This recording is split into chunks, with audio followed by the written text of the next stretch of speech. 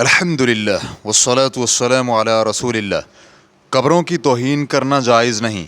سوال کیا گیا ہے ہمارے گاؤں میں قبروں کی اہانت ہونے لگی ہے، وہ اس طرح کہ قبرستان اونٹوں، گائیوں اور بکریوں اور گاڑیوں کا راستہ بن گیا ہے۔ بلکہ اس سے بھی زیادہ افسوس اور خطرناک بات تو یہ ہے کہ بعض لوگوں نے وہاں عمارتیں بنانا شروع کر دی ہیں۔ لہٰذا اس سلسلے میں آپ کیا رہنمائی کرتے ہیں؟ الجواب بعون اللہ سبحانہ و تعالی، یہ جائز نہیں، کیونکہ قبرستان میں جب تک مردوں کی ہڈیاں وغیرہ موجود ہیں وہاں اس طرح کی اشیاء بنانا اور اسے عام شاہراہ بنا لینا جائز نہیں ہے، کیونکہ میت کی حرمت بھی زندہ کی حرمت جیسی ہی ہے۔ لہذا قبرستان کو روند کر یا اسے راستہ بنا کر اس کی توہین کرنا جائز نہیں، اور نہ ہی وہاں نماز پڑھنی جائز ہے، اور نہ ہی قبرستان کو عام رہائشی جگہ میں شامل کرنا صحیح ہے، بلکہ یہ سب کچھ ناجائز ہے۔ لیکن جب قبرستان میں موجود فوت شدگان کی میتیں مٹی بن چکی ہوں اور ان کی کوئی چیز باقی نہ بچی ہو، اور نہ ہی وہاں کسی قبر میں میت کا جسم وغیرہ ہو، تو یہ اور بات ہے۔ تو اس حالت میں ہو جانے کے بعد اسے کھیت یا گھر وغیرہ بنانے میں کوئی حرج نہیں ہے۔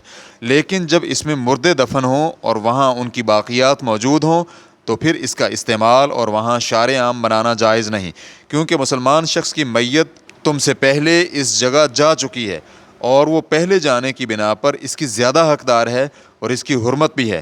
لہٰذا اس کی حرمت اسی طرح قائم ہے جس طرح اس کے زندہ ہونے کی حالت میں تھی۔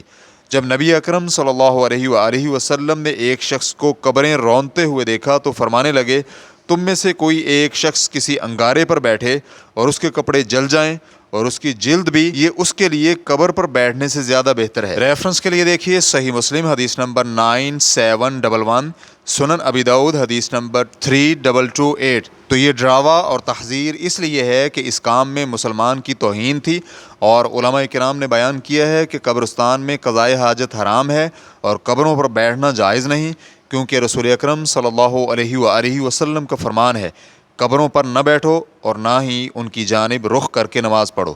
صحیح مسلم حدیث نمبر 972، سنن ابی داؤد حدیث نمبر 3229۔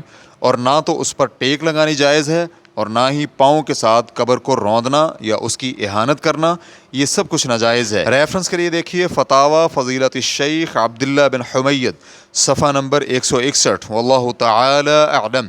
اسلام کیو اے ریکارڈنگز، مؤسسۃ الشیخ محمد صالح المنجد، المملکۃ العربیۃ السعودیہ، فتویٰ نمبر 4309۔ والسلام علیکم ورحمۃ اللہ وبرکاتہ۔